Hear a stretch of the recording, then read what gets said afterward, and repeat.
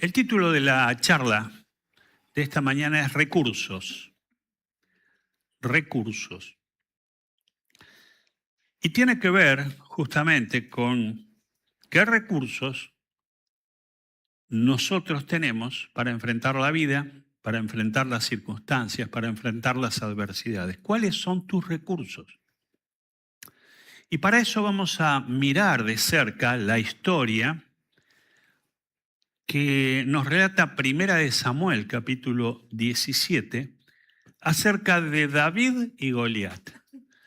La archiconocida historia de aquella batalla épica entre el gigante Goliat y el jovencito David. A simple vista, cuando uno lee y cuando uno seguramente, como por lo menos si no lo has leído en la Biblia, has visto alguna película. Entonces te es conocido el episodio, te es conocida la historia.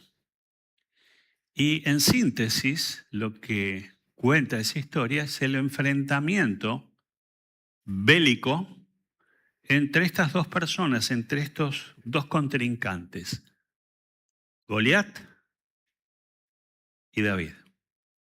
Y vamos a ver con qué recursos contó cada uno de los dos. ¿Cuáles fueron sus recursos? Y vamos a intentar finalizar aplicando a nuestra vida y a nuestro hoy, a nuestro aquí y ahora, con qué recursos yo enfrento mis batallas, con qué recursos yo enfrento mis adversidades. Vamos a la Biblia y dije 1 Samuel capítulo 17, versículo 45. 1 Samuel capítulo 17, versículo 45, que está proyectado y dice, David contestó, tú vienes, este es un diálogo entre ambos, entre David y Goliat, y le dice, tú vienes contra mí con espada, lanza y jabalina, recursos. Los recursos de Goliat eran espada, lanza y jabalina, y luego en un instante vamos a ver que había otros elementos también. Pero, y ahora vemos los recursos que David exime, o esgrime más que exime. Dice, pero yo vengo a ti en el nombre del Señor de los ejércitos, el Dios de los escuadrones de Israel, a quien has desafiado. Recursos. ¿Con cuáles contó cada uno? Y de esos recursos va a depender el desenlace de la batalla. De esos recursos dependen los resultados que cada uno de ellos obtuvo en esa batalla de hombre a hombre entre uno y otro. El primer aspecto que quiero compartir con ustedes es que tu victoria y mi victoria llega cuando usas los recursos espirituales, que son los que usó David.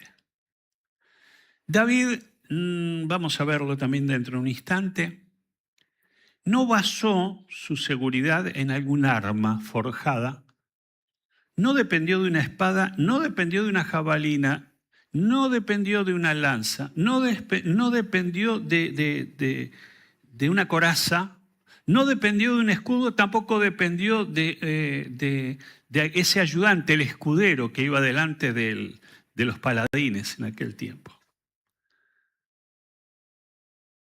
David basó, fundamentó, se lanzó a la batalla con los recursos, con la confianza puesta en Dios. O sea, sus recursos eran espirituales. En 1 Samuel 17, versículo 4 al 7, vamos a ver algo interesante. Allí se nos describe cuáles eran los recursos de Goliat. Un famoso guerrero oriundo de Gat, Goliat, salió del campamento filisteo. Su nombre era Goliat y tenía una estatura de 6 codos y un palmo, o sea, más de 2 metros de altura. Siguiente. Llevaba en la cabeza, aquí empiezan los recursos, preste atención, en la cabeza un casco de bronce, su coraza que pesaba 5.000 ciclos, o sea, casi como 50 kilos, y que también era de bronce. Siguiente. Como lo eran las polainas que protegían las piernas y la jabalina que llevaba al hombro. El asta de su lanza se parecía al rodillo de un telar y tenía una punta de hierro que pesaba 600 ciclos. Delante de él marchaba un escudero. Como ves, aquí tenemos la descripción de los recursos con los que Goliat contaba. Goliat había sido entrenado desde niño para la batalla. Había sido entrenado para guerrear. Era soldado, era un militar. Todo su entrenamiento era el uso y el manejo de todos estos recursos que describe justamente la Biblia, que describe el relato. Así que todo su empeño, toda su historia, todo su pasado estaba basado en su entrenamiento y en el manejo de todo este sofisticado armamento que tenía para su época. Pero David se movía en un plano distinto. David se movía en un plano diferente.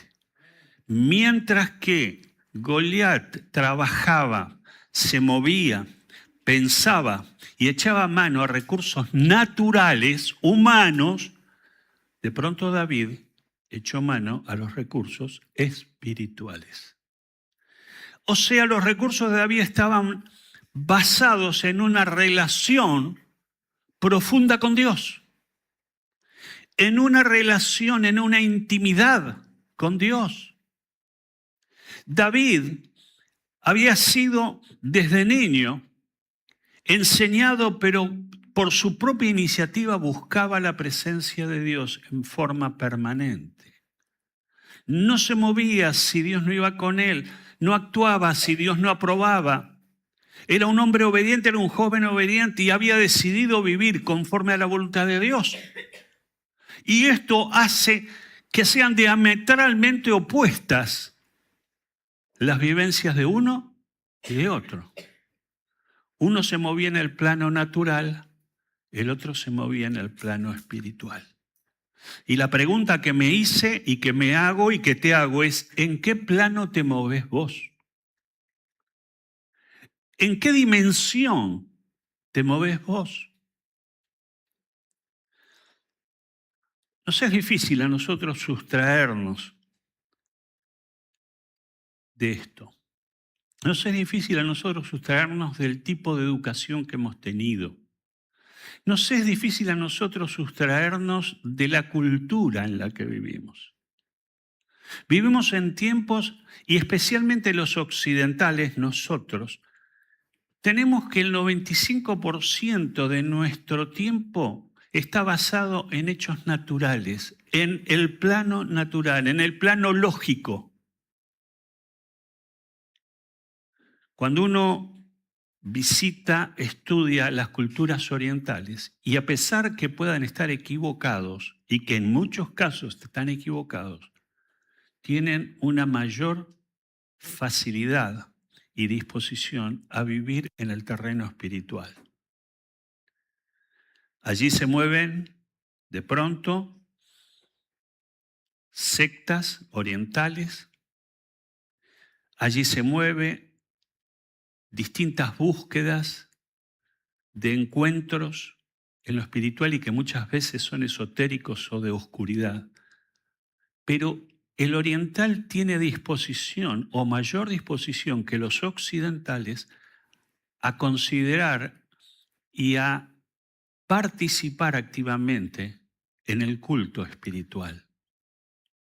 Esto hace que nosotros, en este caso, nos cueste tanto depender de Dios en los momentos difíciles. Esto hace que nos cueste a nosotros tanto poder confiar en un Dios invisible en las realidades cotidianas que tenemos. ¿Sabe? Este es un tiempo, y no necesito yo decírselo, complicado, difícil. Y económicamente estamos pasando un tiempo complicado y difícil. Pero otra vez vuelvo a preguntarte, ¿cuáles son tus recursos para enfrentar este tiempo?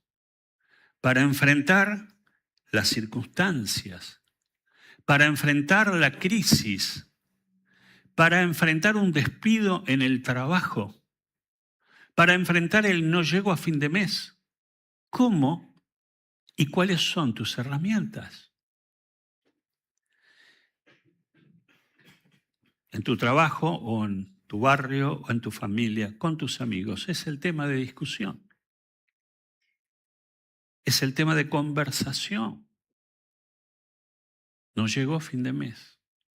Y entonces el gobierno tiene la culpa, el país tiene la culpa, el jefe en el trabajo tiene la culpa, y ahí estamos siempre dando vueltas y buscando culpables alrededor, cuando lo que David nos muestra es que tenía una estrategia diferente. No era buscar culpables, no era buscar justificativos, sino era buscar la presencia de Dios. Y cuando uno busca la presencia de Dios, entonces allí empiezan a ocurrir cosas. Cosas sobrenaturales de un Dios sobrenatural. Podemos traer lo sobrenatural a nuestra vida cotidiana cuando nos parecemos a David. Cuando aprendemos de David. Y cuando buscamos a Dios con toda la fuerza de nuestro corazón y decir, Señor, mis fuerzas no alcanzan. Señor, no tengo los recursos. Señor, no tengo la manera de salir de donde estoy, pero yo vengo a ti, yo, Señor, me levanto en el nombre de Jehová, Dios de los ejércitos. Esa frase de David, apréndetela de memoria, porque es una frase atómica. Es una frase que tiene un poder terrible, porque David en ese enfrentamiento, primero de palabras y luego fue a la acción, le dice, vos venís con tus armas, vos venís con tu jabalina, vos venís con tu lanza, vos venís con tu escudo, pero yo vengo a ti en el nombre de Jehová, Dios de los ejércitos. Y esto cambió la historia. Él metió lo sobrenatural en lo natural. Él trajo lo eterno a lo pasajero. Él abrió el portal. Una palabra que a lo mejor a los jóvenes les gusta. Y hoy se utiliza mucho esta frase, ¿no? Portal de ingreso, el portal para pasar de un ambiente a otro, o mejor dicho, portal para pasar de un estado a otro. Y a mí me gusta así, traigo esa misma frase para decir, cuando echamos mano al portal de lo sobrenatural, cuando echamos mano al portal de lo eterno, entonces lo eterno, lo que no caduca, lo que no envejece, lo que permanece para siempre, entra en mi mundo. Interviene en mi historia. Le doy la oportunidad que el Dios de los cielos ingrese a mi historia y cambie la historia. El tema es si quiero cambiar la historia o si sigo conforme como estoy. Y esta es una pregunta que de la historia de David y Goliat nos va a surgir casi naturalmente. ¿Cuáles son tus recursos? ¿Cuáles son los míos? David se movía en el plano espiritual. La segunda idea es que el entorno presiona para que uses recursos naturales. Tu entorno va a luchar para que uses recursos naturales. Porque cuando hablamos con nuestros compañeros en el trabajo, amigos, familiares, ¿no se les cae un recurso eterno? Y todo lo que surge de ellos son soluciones naturales. Resultados naturales. Opciones naturales. Aquí en el mismo capítulo 17, versículos 38 y 39, te invito a que lo leamos, lo vamos a ver en pantalla también. Luego Saúl vistió a David con su uniforme de campaña, o sea, con todo su uniforme de guerra. Le entregó también un casco de bronce y le puso una coraza. Siguiente. David se ciñó la espada sobre la armadura, intentó caminar, pero no pudo porque no estaba entrenado, no estaba acostumbrado. No puedo andar con todo esto, le dijo a Saúl. No estoy entrenado para ello, de modo que se quitó todo aquello. El entorno te quiere vestir como ellos creen. Tu entorno va a influir para que vos batalles con las armas de ellos, que es lo único que conocen, no es por mala intención, simplemente que no saben otra manera de vivir que no sea en el mundo natural, en el plano natural. Y fue lo que Saúl intentó hacer con David. Le dio su armadura, le dio sus armas. Y el joven David dijo, yo no puedo manejar esto, no puedo moverme con esto.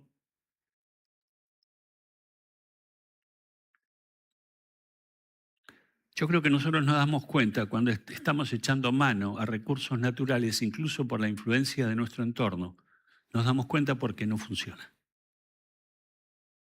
Nos damos cuenta porque los resultados no vienen. Y nos damos cuenta porque al final de cuentas hicimos un intento más y ese intento no es inocuo, ese intento nos desalienta. Ese intento fallido nos desalienta. Y entonces nos predispone peor para la siguiente batalla o para otra estrategia que debo de exponer. Yo tengo que elegir si sigo escuchando mi entorno o empiezo a escuchar la voz de Dios. Y hay una gran diferencia entre uno y otro. Cuando escucho la voz de Dios, entonces empiezo a moverme en la dimensión espiritual. Empiezo a moverme en el contexto sobrenatural, en la eternidad de Dios. Mi problema, que es pasajero, que es temporal, que es de aquí abajo, tiene solución, tiene salida, tiene resolución cuando aplico los conceptos de la vida espiritual. Pero ¿cómo voy a saber lo que es espiritual si no leo la Biblia, si no me congrego, si no busco de Dios, si no trato de que realmente la presencia de Dios fluya en mi vida? Darle la oportunidad a Dios que intervenga, como lo hizo en la batalla de David y Goliat.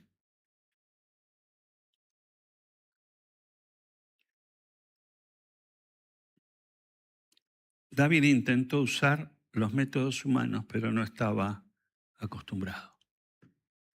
Ojalá no te acostumbres nunca al plano natural, a la lógica, a lo de acá abajo. Por eso Pablo le decía que no pongamos la vista en las cosas de abajo, sino en las cosas de arriba, que es de donde viene la bendición. Cuando me empiezo a mover, cuando empiezo a entrenarme en el plano espiritual, mi vida empieza a cambiar de una manera rotunda, de una manera total. Empiezan a ocurrir cosas inesperadas, porque Dios es un Dios sorprendente y sorpresivo. Un Dios que actúa, que se mete en mi mundo y que cambia mi mundo. Pero tengo que creerlo y tengo que decidirlo. Dios no va a venir de prepo a meterse en tu tema si vos no abrís el portal, si vos no abrís la puerta, si no le das intervención, si no le das cabida, si no le das lugar. Un predicador de mi juventud decía, Dios es un caballero y no obliga a nadie. Nunca te va a obligar, no agarra solapas. No pone una persona contra la pared para que hagan lo que Él dice. Él va a hacer lo que vos le permitas hacer. He aquí yo estoy a la puerta y llamo, si alguno abre la puerta. Yo entraré a Él y cenaré con Él y Él conmigo. Apocalipsis. Dios no te obliga. Dios te invita. Y a mí me encantaría que en esta mañana algunas de estas palabras que estamos compartiendo puedan clavarse en tu pecho, en tu corazón. Por eso te invité a poner tu mano en el corazón. Porque es allí donde se producen los grandes cambios. Porque es en tu mente y en tu corazón cuando me entrego, me abro, me dispongo. Es allí donde ocurren los grandes cambios y las grandes cosas. No necesitas mañana reproducir esta reunión porque te tendrías que llevar al grupo de alabanza a tu casa para entonces tratar de empezar a imitar algo de lo que hoy pase. Pero quiero desafiarte que mañana, a lo mejor en la soledad de la mañana o de la noche o del mediodía, en el momento que vos puedas, tengas un encuentro personal con Jesucristo. Tengas y llegues a una profundidad mayor en tu relación con Dios. Puedas abrir tu corazón y tu mente. Porque cuando cambia mis pensamientos, cambia mi vida. Cambiando la manera de pensar, se cambia la manera de vivir. Y necesito realmente un cambio. Y necesito realmente traer lo eterno a mi mundo pasajero, a mi mundo cotidiano. Necesito que algo ocurra. David no dejó que el entorno gobernara sus actos. No dejó que el entorno lo dominara.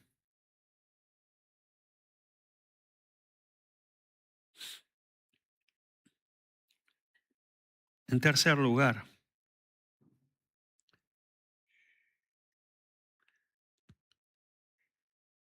recuerda que tu poder está en Dios. Tercero, recuerda que tu fuerza está en Dios. David tenía experiencia previa de esto, de moverse en el plano espiritual. Mira lo que dice 1 Samuel 17, versículos 36 y 37. Si este siervo suyo ha matado leones y osos, lo mismo puede hacer con ese filisteo incircunciso porque está desafiando al ejército del Dios viviente. El Señor me libró de las garras del león y del oso, también me librará de la mano de ese filisteo. Anda pues, le dijo Saúl, y que el Señor te acompañe. Primero doblegó su entorno. No por violencia, ni siquiera por desobediencia. Él fue honesto, sincero. Yo no puedo moverme con tu armadura. Yo no fui entrenado para esto. Pero yo aprendí en el campo y estando solo a enfrentar osos y a enfrentar leones. Y a todos ellos los vencí. Porque yo me muevo en el poder de Jehová, Dios de los ejércitos. El Dios de los escuadrones de Israel. Tenía experiencia previa, David. David no era un improvisado. David no llegó allí y dice, a ver cómo saco las papas del fuego. No. No hizo un intento. Él venía con una experiencia previa. Dios lo había salvado del oso, lo había salvado del león. Un oso probablemente tuviera la misma estatura de Goliat. Un oso parado, puesto sobre sus dos patas, logra superar los 2 metros. Así que no le era extraño. Así como enfrentaba a un oso con una contextura física similar, podía enfrentar al filisteo. Y no solo enfrentarlo, sino vencerlo. Como venció a los osos y a los leones. Tenía una experiencia previa.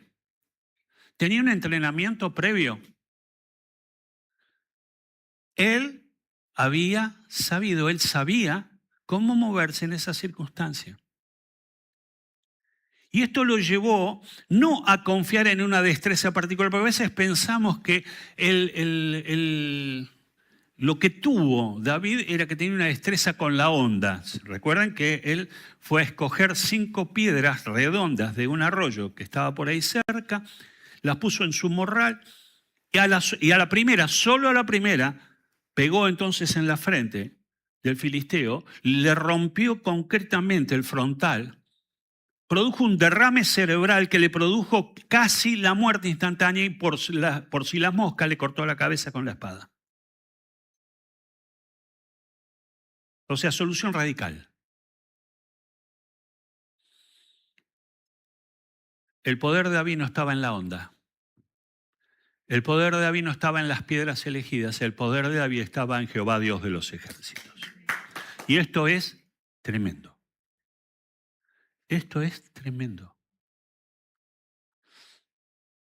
¿En dónde está tu poder? ¿En dónde están tus recursos? ¿Cuáles son tus recursos?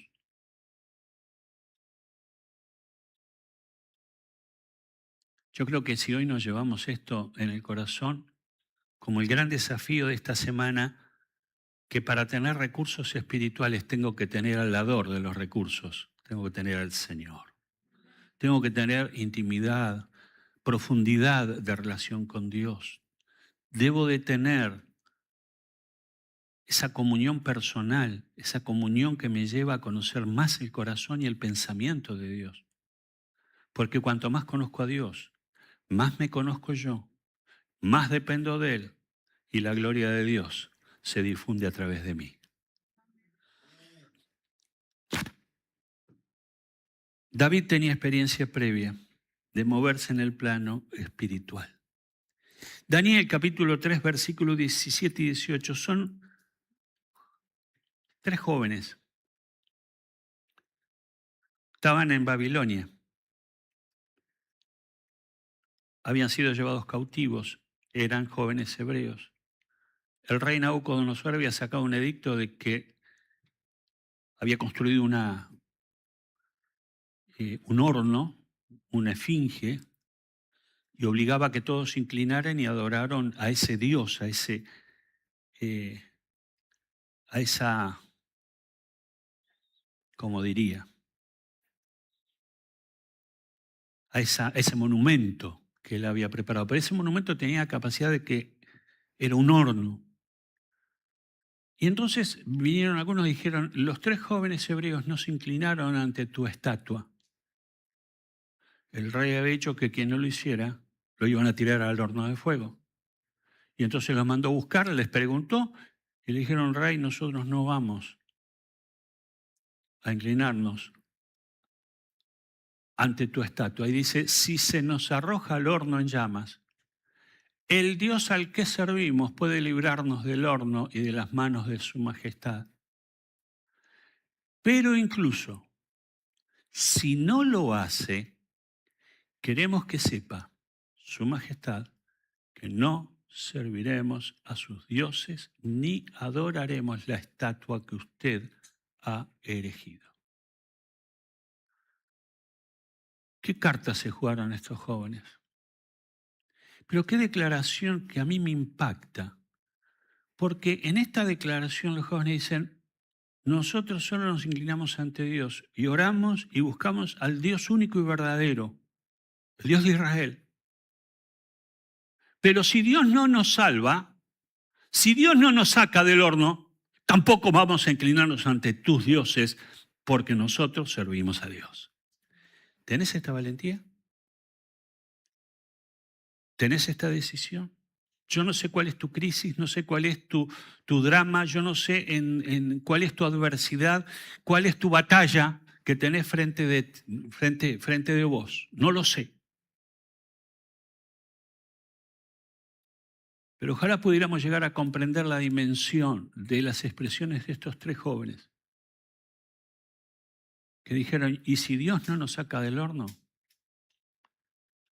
igual no nos vamos a inclinar ante tus dioses, porque servimos al Dios único y verdadero. Qué impactante, qué decisión, qué valentía. Y entonces, frente a tu batalla, ¿podrás decir algo parecido? ¿Podrás decir lo mismo? ¿Podrás plantarte sobre tus pies y decirle, no sé qué va a ocurrir de mi vida mañana, no sé qué va a venir mañana, pero yo solo sé una cosa, mi vida está en las manos del Señor?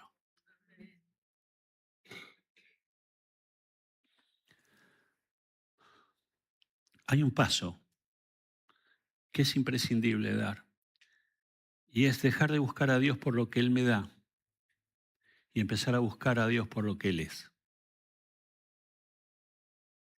Ese fue el secreto de estos 3 jóvenes. Tenían comunión con el Dios único y verdadero y no dependía de la suerte de ellos, sino que ellos seguían fieles al Señor, pase lo que pase y viniere lo que viniere. Quiero cerrar este tiempo con Gálatas capítulo 6, versículo 7. Gálatas capítulo 6, versículo 7. No se engañen, de Dios nadie se burla. Cada uno cosecha lo que siembra. Esta es la famosa ley de la siembra-cosecha. Según lo que usted siembra es lo que usted va a recoger. Yo te voy a poner un ejemplo muy sencillo. Hace algunos años, creo que debe ser unos 4 años, con mi esposa dijimos, nos falta un limonero en casa. Hace rato que no les hablaba del limonero. Hoy viene bien. Les voy a contar de mi limonero.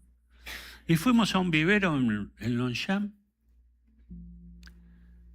y nos dice el cuidador, dice, este limonero no tiene, estos limones, este limonero no produce semilla.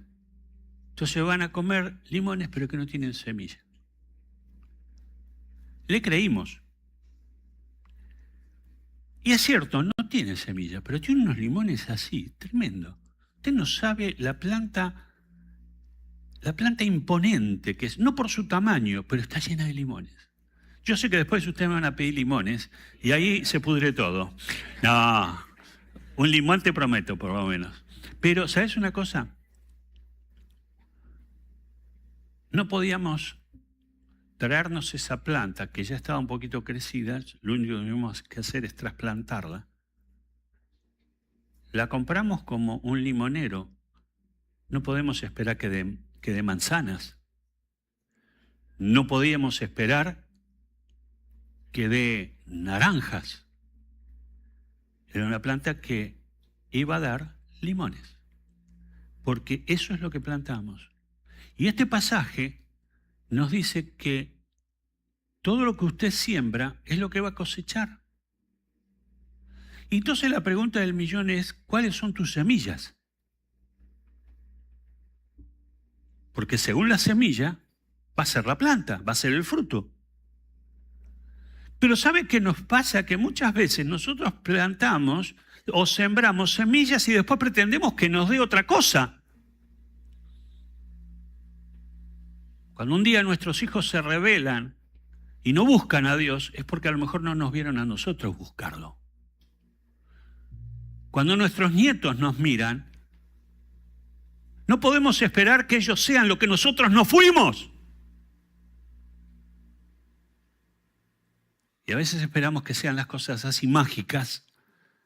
Y después nos preguntamos, me salió un hijo rebelde, un nieto que consume, y etcétera, etcétera, etcétera. ¿Por qué? Porque sembraste mal. Porque sembraste semilla incorrecta. Pero estás a tiempo. Estás a tiempo. Cambia tu semilla y cambiará tu fruto. Y cada mañana cuando levanto la cortina y veo mi limonero es un testimonio viviente de la palabra de Dios. Dios permitió que yo tuviera ese limonero para entender lo que es la ley de la siembra y la cosecha. Está lleno de limones porque es un limonero. Porque cuando lo sembraron con una semilla de limonero. ¿Qué va a dar entonces? Limones. Así de natural.